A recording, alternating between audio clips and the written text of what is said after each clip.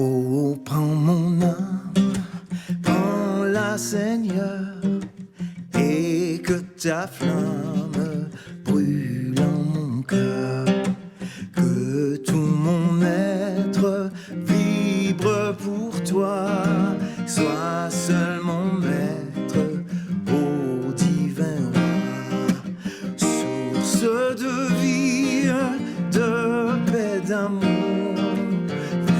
Toi je crie la nuit, le jour, entends ma plainte, sois mon soutien, calme ma crainte, toi mon seul bien.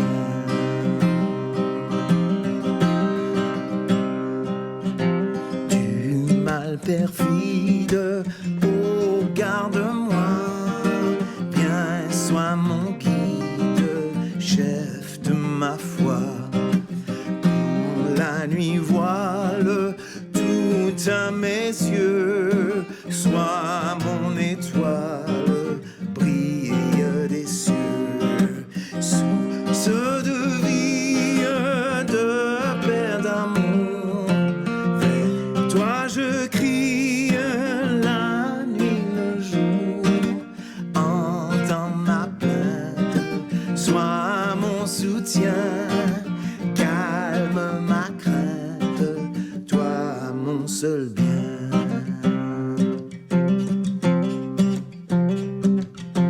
Voici l'aurore d'un jour nouveau, le ciel se dore de feu plus beau. Jésus s'apprête, pourquoi gémir? Levons nos têtes, il va venir. Source de vie, de paix, d'amour. Toi je crie la nuit, le jour, entends ma plainte, sois mon soutien, calme ma crainte, toi mon seul bien. Source de vie, de paix, d'amour. Vers toi je crie la nuit, le jour, entends ma plainte, sois mon soutien, calme ma crainte, toi mon seul bien. Entends ma plainte, sois mon soutien, calme ma crainte, toi mon seul bien.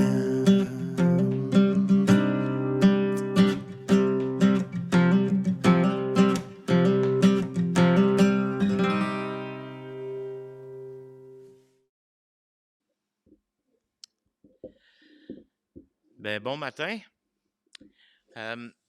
Bienvenue à tous ceux qui se joignent à nous, que ce soit en présence ou en ligne. On poursuit notre série après une semaine de pause. Ici.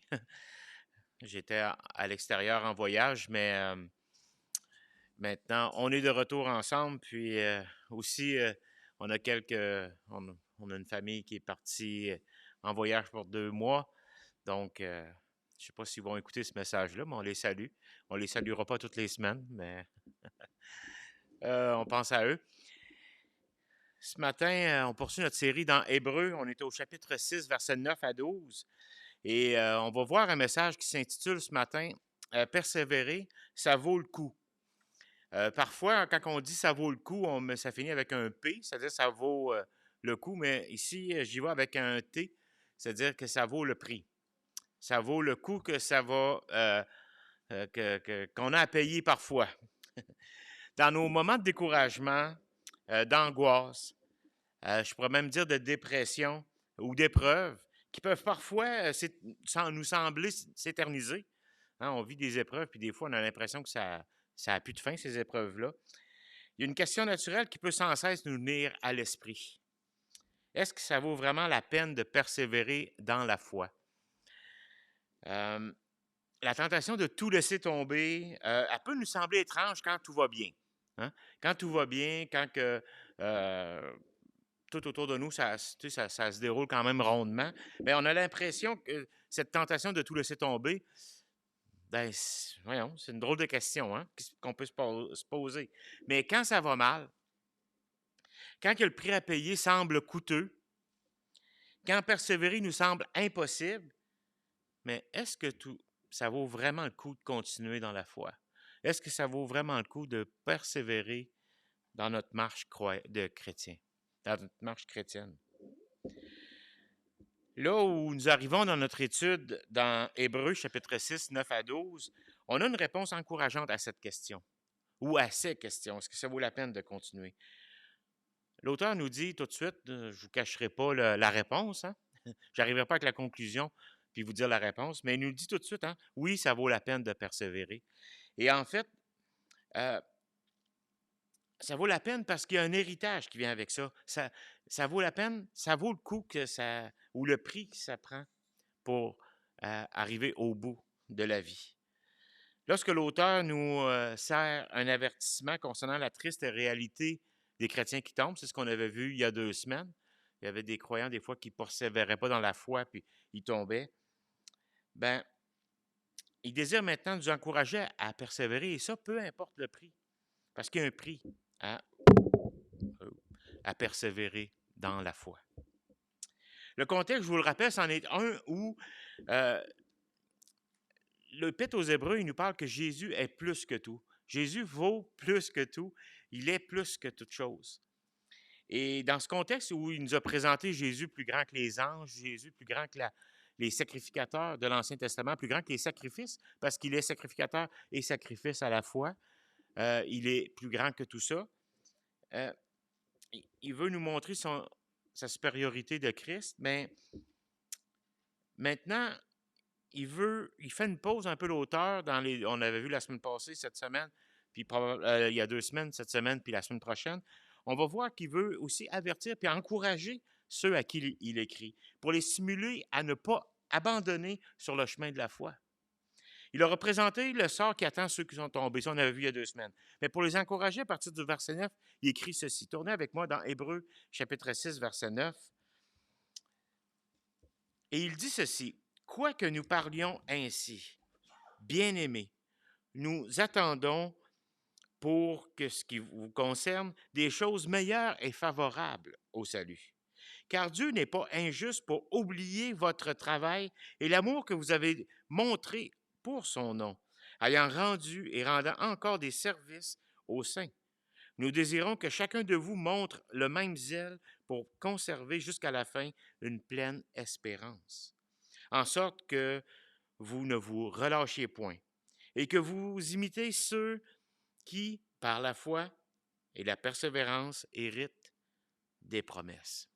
On va juste remettre ce temps entre les mains de Dieu. Prions. Père, merci pour ces paroles d'encouragement que nous allons lire ce matin, que nous avons lues, mais que nous allons étudier ce matin ensemble. Que ça puisse nous aider à persévérer, à voir que malgré ce qui peut en coûter de persévérer dans notre vie pour toi, dans notre foi, Seigneur, ça en vaut le prix, ça en vaut le coup. Il y a de belles choses rattachées à ça, Seigneur. Bénis ce texte que nous allons lire, qu'il soit pour nos corps un rafraîchissement, pour nos esprits un encouragement. Et Seigneur, qu'on puisse regarder à toi. Et dans le bon nom de Jésus qu'on t'en prie. Amen. On retrouve dans ces versets-là, 9 à 12, au moins 3 bonnes raisons pour lesquelles persévérer, ça vaut réellement le coup. La première raison, c'est que le meilleur est à venir. Et il dit ça au verset 9. Au verset 9, il nous le dit, « Quoique nous parlions ainsi, bien-aimés, nous attendons pour ce qui vous concerne des choses meilleures et favorables au salut. » Il y a des choses qui s'en viennent. Et le meilleur est à venir. Bien que l'auteur utilise des mots lourds de sens au verset 6 à 8, c'est-à-dire il nous parle de ceux qui sont tombés, de ceux qui n'ont pas persévéré, bien, il est persuadé que ceux à qui il écrit, ils La parole n'est pas tombée dans une terre qui produit des épines. Une terre qui était prête à être maudite et brûlée. Au contraire, il est convaincu que la parole de Dieu est tombée dans une bonne terre, dans des meilleures conditions, que c'était favorable au salut. Et il s'adresse à eux comme étant des bien-aimés. Donc, pour lui, il s'agit de croyants qui lui sont chers, des cœurs dans lesquels Dieu avait agi. Il parle à des croyants dont Dieu avait agi dans le cœur. Et le salut, dans son aspect futur, est très prometteur. Ce qui va s'en venir pour eux est très prometteur. Il y a des belles choses qui s'en viennent. Parce que si on vient à Christ par la foi, on a été sauvés de la mort et de la punition de nos péchés. Ça, c'est l'aspect passé. C'est-à-dire qu'on vient à Christ par la foi, on a été sauvés de la mort, on a été sauvés de la punition du péché. Ça, c'est l'aspect passé. Ça s'est passé. Maintenant, on appartient à Dieu. On peut affirmer sans prétention qu'on est sauvé ou gardé de la puissance du péché aujourd'hui. Et ça, c'est l'aspect présent de notre vie.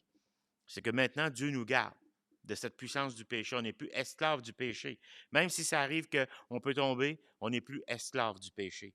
On ne vit plus pour notre chair, pour notre propre plaisir. C'est l'aspect présent. Mais il nous dit aussi qu'il y a un aspect futur à ce salut-là, qu'un jour, on va être pleinement sauvé de la présence même du péché. Dans la Bible, le mot sauvé peut avoir quelques significations. Il y a un aspect passé, il y a un aspect présent, puis un aspect futur. Puis souvent, l'aspect futur vient avec le côté glorification. C'est-à-dire qu'on va être dans un endroit où la gloire de Dieu va être reflétée, puis on va être libéré de toutes choses. Puis l'aspect futur, c'est qu'un jour, on va être en présence de Dieu, mais d'une manière présente, d'une manière visible. Même si aujourd'hui on dit que Dieu habite en nous, que Dieu est présent parmi nous, on ne laisse pas une chaise vide en se disant Dieu est assis là. Hein? On pourrait peut-être dans un sens symbolique, mais ce que je veux dire, c'est qu'on ne le voit pas physiquement. Mes yeux humains ne me permettent pas de voir la présence de Dieu d'une manière visible. Mais je suis dans l'aspect présent. Mais dans l'aspect futur, il nous dit, ces choses-là, ça va être autre chose. On soupire après la résurrection de notre corps. Lorsqu'on souffre, lorsqu'on vit des événements, des choses difficiles, ben, on soupire qu'un jour, ça va être mieux. Et c'est ce que l'auteur nous dit, c'est que ça va être pour le mieux. Le meilleur est à venir. On soupire pour notre entrée dans l'éternité auprès du Seigneur, de notre rencontre face à face avec notre Sauveur bien-aimé. Ce qui nous attend, c'est un puissant encouragement à ne pas se laisser aller, à poursuivre sur le chemin de la foi.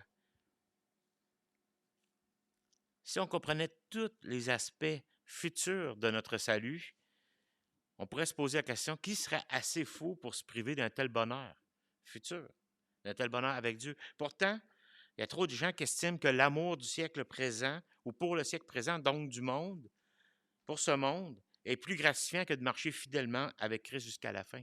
Paul disait à Timothée, « Viens plutôt vers moi, car Démas m'a abandonné par amour pour le siècle présent. » Démas disait, « Ça ne vaut plus la peine de poursuivre la foi. Ça ne vaut plus la peine de marcher, de souffrir. Puis, je vais vivre ma vie. » Par amour pour sa propre vie, il avait abandonné la foi. Mais Dieu nous dit qu'on doit marcher fidèlement jusqu'à la fin.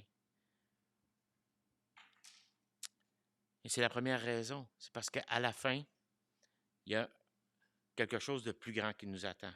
Le meilleur est à venir. Si ce meilleur n'était pas à venir, quelle tristesse de tout perdre. Ce qui nous emmène à cette deuxième raison pourquoi on veut persévérer et pourquoi ça vaut le coup de persévérer. Le verset 10, ça nous dit « Dieu n'est pas un Dieu oublieux. Dieu n'est pas oublieux. » Et ça, c'est une deuxième bonne raison pour persévérer. Je vous relis le passage au verset 10, ça dit ceci. « Car Dieu n'est pas injuste pour oublier votre travail et l'amour que vous avez montré pour son nom, ayant rendu et rendant encore des services aux saints. » On ne sert pas un Dieu qui oublie, un Dieu qui est oublieux, qui se dit « Hein, t'as fait ça pour moi, toi? Non, non. On a un Dieu qui n'est pas oublieux. Les destinataires de cette lettre aux Hébreux, malgré leur manque de maturité, malgré aussi la tentation de retourner dans le judaïsme, dans le côté religieux de la chose, hein, de dire c'est plus facile de suivre un chemin tracé avec des œillères que devoir utiliser l'intelligence que Dieu nous a donnée. Il y avait un bilan quand même reluisant, un palmarès bien garni. Ils avaient fait leurs preuves. Même s'il manquait un peu de maturité, ils avaient fait leurs preuves. Ils avaient démontré leur amour. Puis Paul, excusez-moi, l'auteur des Hébreux, de l'Épître aux Hébreux, leur dit que Dieu n'est pas un Dieu oublieux. Il se rappelle de ce que vous avez fait les uns pour les autres en amour, pour le nom de Dieu. Leur amour pour Dieu, c'était démontré par des actes rendus, par des services rendus aux chrétiens dans le passé puis dans le présent. On a une bonne idée de comment ils vivaient, ces destinataires de cette lettre-là, un peu plus loin dans Hébreu. Et je l'ai mis sur le PowerPoint. Mais dans Hébreu 10, 32 à 33, ça dit ceci. Souvenez-vous de ces derniers jours où, après avoir été éclairés, vous avez soutenu un grand combat au milieu des souffrances, d'une part, exposés comme en spectacle aux opprobes et aux afflictions, et de l'autre, vous associant à ceux dont la position était la même. Ils avaient vécu toutes sortes de choses, ces croyants-là. Ils avaient vécu la persécution, ils avaient été exposés en spectacle. On a juste à penser, il y a des époques, il y a plein d'histoires qui nous sont racontées que même Néron, je ne sais pas jusqu'à quel point c'est vrai, mais éclairait ses jardins ou éclairait, je ne sais pas si c'est de la légende, mais éclairait ses jardins avec des prisonniers qui faisaient, surtout des croyants, des chrétiens qui disait que les chrétiens étaient contre l'Empire romain, mais qui éclairait ses jardins avec des torches humaines comme ça. Euh, mais en même temps, sans rentrer dans des détails comme ça, ces croyants-là avaient été, vous avez sûrement entendu parler des jeux de Rome, des choses comme ça, des, des, des moments où des croyants étaient livrés aux animaux. Pas juste des croyants, il y avait tous ceux qui étaient dissidents politiques, mais les croyants étaient vus comme des dissidents politiques à l'époque. Mais ces chrétiens d'arrière-plan juif avaient lutté dans la persécution. Et ça nous dit qu'ils se rendaient service les uns aux autres. Puis ils prenaient soin de ceux qui souffraient pour leur foi. Ils pourvoyaient aux besoins de ceux qui avaient tout perdu. Ils étaient prêts à tout perdre, sachant que Dieu leur réservait un plus grand trésor de ce qu'eux auraient pu renoncer à ce moment-là. C'est quoi quelques dollars versus l'univers? C'est quoi quelques métaux précieux versus celui qui a tout créé? Mais tout ceci demandait du courage, puis de la détermination, puis ils étaient animés par leur amour pour Dieu à faire ces choses. C'était pas une liste de performances qui comptait pour eux, là, mais leur carburant, c'était l'amour qu'ils avaient pour Dieu, l'amour qu'ils avaient pour leur Sauveur. Puis c'est ça qui leur permettait aussi de poursuivre, de faire des œuvres pour Dieu, de s'entraider les uns les autres, de démontrer de l'amour de Dieu en étant au service les uns des autres. Et lorsqu'une personne aime le Seigneur et sert les autres, il arrive trop souvent que l'appréciation n'est pas au rendez-vous. Ça arrive souvent. On fait quelque chose, on le fait par amour, par amour pour Dieu premièrement, mais aussi parce qu'on aime les autres personnes. Mais la reconnaissance n'est pas toujours là. Mais Dieu, lui, il n'oublie rien.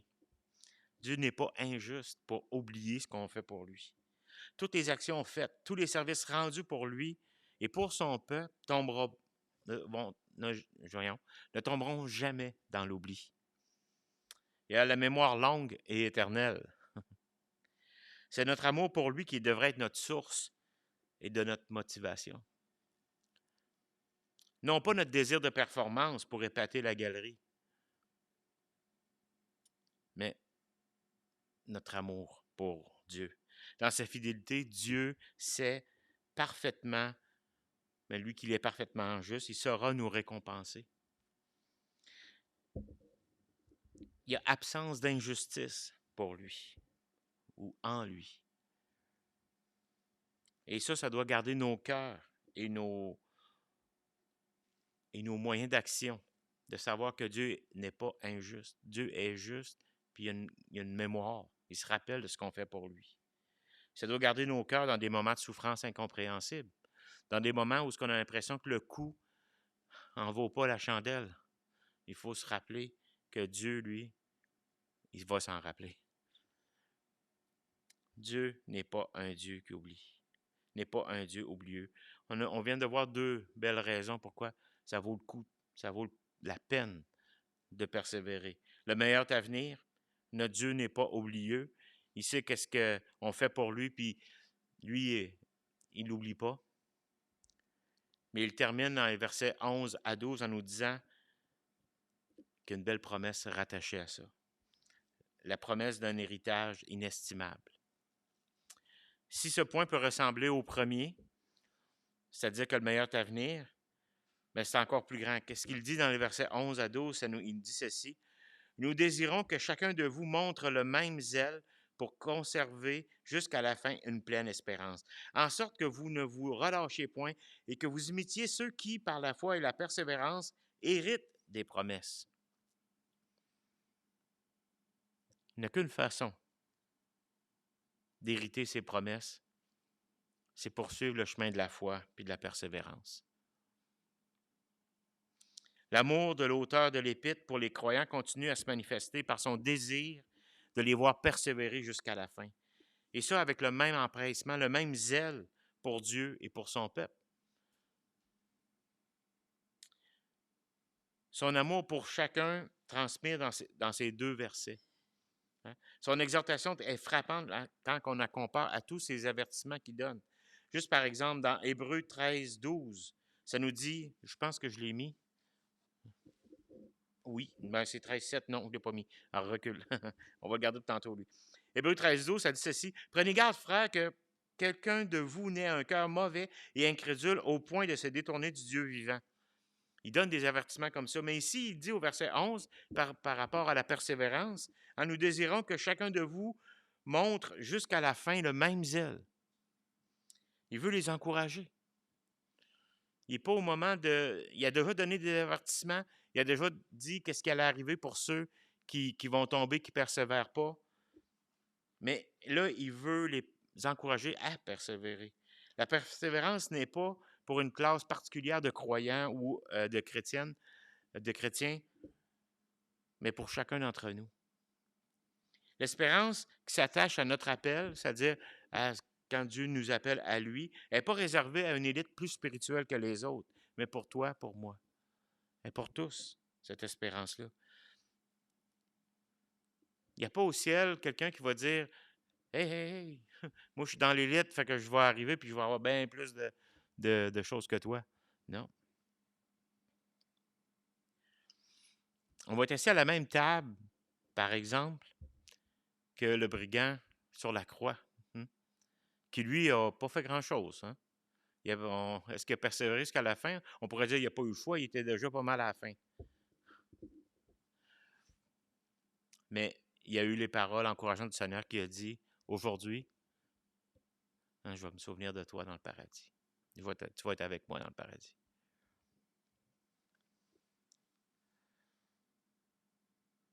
L'espérance dans le Nouveau Testament, c'est plus qu'un souhait vague ou de l'optimisme.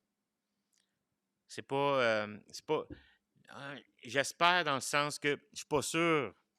L'espérance, c'est quelque chose de vivant et certain dans la Bible.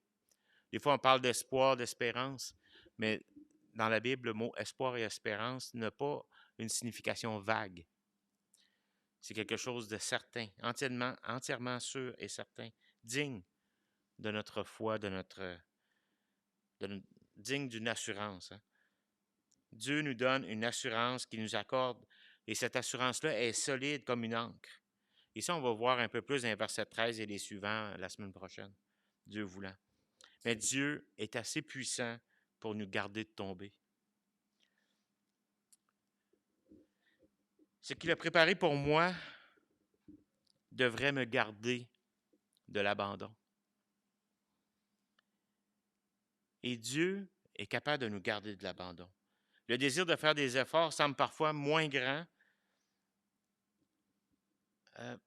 dans l'épreuve, mais aussi avec les années. Où est passé le zèle que nous avions autrefois? Des fois, je jase avec des croyants plus âgés, comme vous, par exemple, dans, dans la foi que ça, vous avez connu le Seigneur il y a 25, 30 ans, peut-être plus même. On se rappelle du zèle qu'on avait, hein? De toujours être ensemble, de faire des activités ensemble, de faire des choses ensemble. Puis des fois, lorsqu'on découvre des choses sur Dieu, on ne peut pas s'empêcher de lire la Bible, de dévorer des livres, d'en parler aux gens autour de nous, à prier pour nos frères et sœurs, à vouloir les inviter, les encourager, partager avec eux, s'intéresser à leur vécu. La Bible parle souvent du premier amour. Mais où est passé notre premier amour? On doit revenir à l'espérance qui s'attache à notre foi et imiter ceux qui nous inspirent. Au verset 12, alors qu'il nous exhorte à ne pas se relâcher, on doit se rappeler que, Dieu merci, que lorsqu'il y a un relâchement, ce n'est pas notre état final. Lorsque dans nos vies, on a un certain relâchement puis qu'on a le goût de continuer et plus faible, ce n'est pas un état final. On peut s'en sortir, on peut en sortir, on peut se prendre en main. Dieu peut nous donner ce zèle et cet amour, nous raviver cet amour en nous. Il faut imiter ceux qui sont zélés pour le Seigneur et pour son œuvre. De bien choisir ses modèles ou d'être un modèle est un terme important si on va lire les autres lettres de Paul. C'est important pour Paul. Soyez mes imitateurs. Regardez comment on finit ceux qui, puis ils continuent. Puis, hein. Il y a d'autres personnages à imiter. Il y a d'autres personnages qui peuvent nous inspirer. Mais il y a une chose, il y a 3 caractéristiques qu'on voit au verset 12, hein, qui sont présentes chez ces modèles-là. La foi, cette espérance, mais aussi la réception ou l'accueil de l'héritage. Et Christ va nous être présenté plus loin comme notre modèle ultime. Lorsqu'on va voir, on va être rendu dans Hébreux chapitre 12, 1 à 3, entre autres, on va voir que Christ est ce modèle ultime. Si on persévère grâce en partie à ceux qui nous inspirent par leur exemple et leur contagion, à plus forte raison, il est important de saisir ce que nous aussi, nous pouvons être des modèles à suivre pour les autres, qui vont être à nos côtés, qui vont nous regarder vivre dans des moments difficiles. C'est très semblable à ce que l'auteur va écrire dans Hébreux 13, 7, et là, c'est lui que j'avais mis sur le PowerPoint. Hein. Souvenez-vous de vos conducteurs qui vous ont annoncé la parole de Dieu. Considérez l'issue de leur vie et imitez leur foi. Je remercie Dieu qui a mis sur ma route des modèles à suivre. Et ceux et celles qui ont persévéré et en qui et qui nous ont aussi inspirés à le faire, qui sont déjà auprès de Christ puis ont reçu cet héritage promis, on en connaît quelques-uns. Dans nos proches qui ont continué jusqu'à la fin, qui ont été fidèles jusqu'à la fin. Parfois, ça me rappelle que la semaine passée, j'ai fait dans la région de Montréal, on va dire ça de même, un voyage. Puis, lors d'un long voyage en retour en auto, quand on est en vacances, on n'est pas trop pressé. Mais quand c'est quelque chose, il faut arriver pour telle heure, puis on a hâte d'arriver. Plus souvent, ce qui est difficile dans ces voyages-là, c'est les derniers bouts. On a l'impression qu'on est presque rendu, il en reste plus gros à faire. Tu sais, il va rester 1 heure, 2 heures. Mais on dirait que ces 1 heure, 2 heures-là, c'est les plus longues. Mais on n'est pas encore arrivé. Tu sais. C'est dans ces moments-là qu'il faut redoubler de vigilance. Parce que on est comme dans... on arrive, puis on est dans l'anticipation, puis on porte moins attention au chemin, on porte moins attention aux détails, puis ça peut devenir... C'est là qu'il peut arriver des choses, des accidents, parce qu'on n'est pas encore arrivé à la maison. Bien-aimés, toi et moi, on n'est pas encore arrivé à la maison. On est tous, ceux qui sont vivants, qui m'écoutent, vous n'êtes pas encore arrivés à la maison. Ça vaut le coup de persévérer. Puis même si peut-être que vous avez l'impression que Bon, il y en a qui vont être au début du voyage, il y en a vers la fin. Tant qu'on n'est pas arrivé à la maison, on ne peut pas arrêter. Ça vaut le coup de persévérer, de continuer à servir Dieu sur cette terre en attendant d'être enfin chez nous, à la maison. Dieu, il ne nous oublie pas. Son héritage nous est réservé. Il faut l'aimer. Il faut aimer aussi nos frères et nos sœurs par nos services, par nos encouragements, en imitant la foi de ceux qui ont été fidèles jusqu'à la fin, puis en étant un exemple de foi pour ceux qui nous entourent. Puis moi, les plus grands exemples de foi, c'est pas nécessairement c'est pas des théologiens, des gens qui ont écrit des livres, parce que souvent je les connais pas, eux. Leurs écrits m'ont encouragé, des choses, leur histoire m'a peut-être encouragé un peu, mais ceux qui m'ont vraiment encouragé, c'est ceux que j'ai pu voir au quotidien ou très souvent dans différentes situations, puis qui ont été fidèles jusqu'à la fin. Oui, il y a des prédicateurs, genre Spurgeon ou peu importe, que je regarde leur histoire, puis c'est une belle histoire, c'était encourageant, puis ils ont été fidèles jusqu'à la fin. Mais il y en a d'autres autour de moi qui ont été fidèles jusqu'à la fin, puis ça a été encore, je dirais que ça a un plus grand impact dans ma vie que la vie de quelqu'un qui a vécu au 18e, 17e, 16e siècle, pour ma part.